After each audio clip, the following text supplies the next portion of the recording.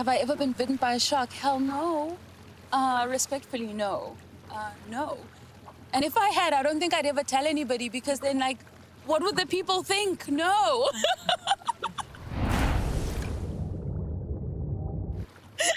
No, I've never been bitten.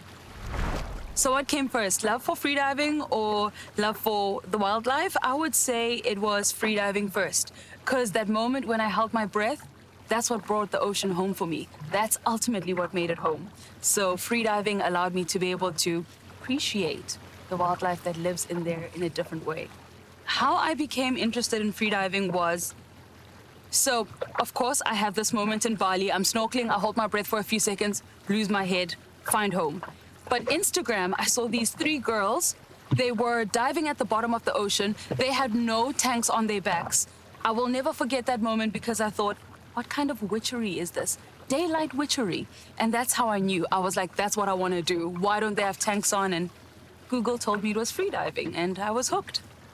How do I get the nickname Black Mermaid? Well, I'd never seen a mermaid that looked like me. And somehow I think it just came home for a lot of people that said, we've never seen anybody that looks like me, Black people, in the water like that. And that's how the mermaid, the Black Mermaid name just stuck. And I love it.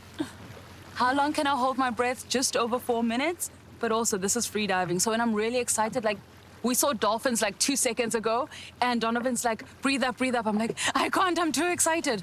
So it just, it's 4 minutes at rest. We always have to remember this, 4 minutes at rest. When we're working, it could be anything. Like if I see a white shark, it's easily 10 seconds. Like, what? It's different. How do I prepare for a dive? I love to go inside and find that beautiful place of gratitude.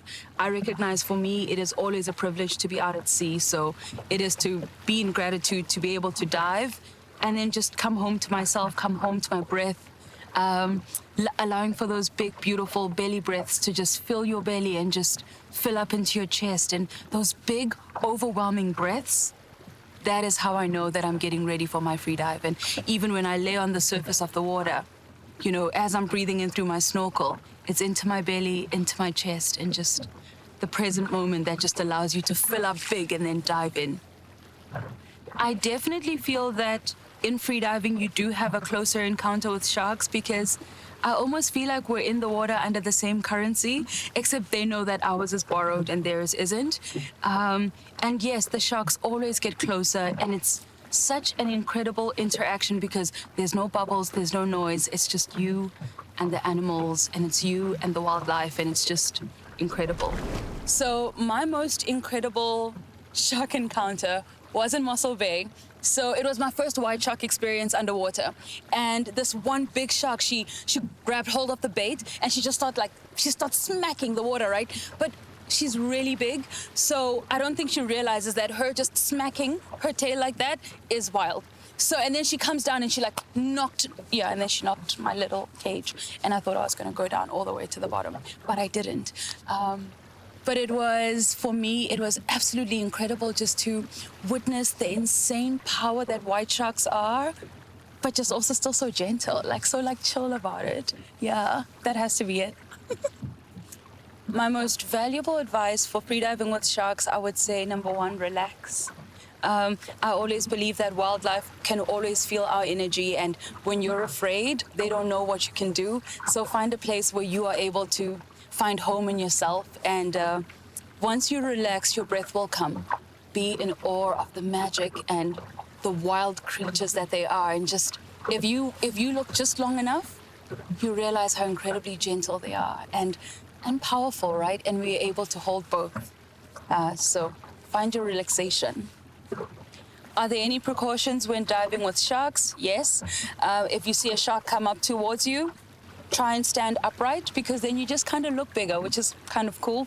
Keep eye contact, and most importantly, no spirit fingers. Just keep it calm, keep your hands to yourself, and use your eyes to capture what you're seeing, not your fingers. If I had to be a shark, which species?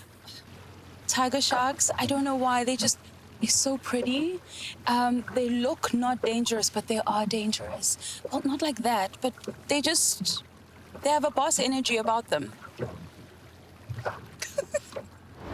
It's so important to study the behavior of sharks because you then get to learn how to interact with them safely. Everything can be dangerous, but if you have knowledge to back whatever it is that you're doing, it makes it less dangerous. When you think about freediving, driving, anything, the more knowledge you have, the more incredible your encounters can be, but also the safer your encounters can be.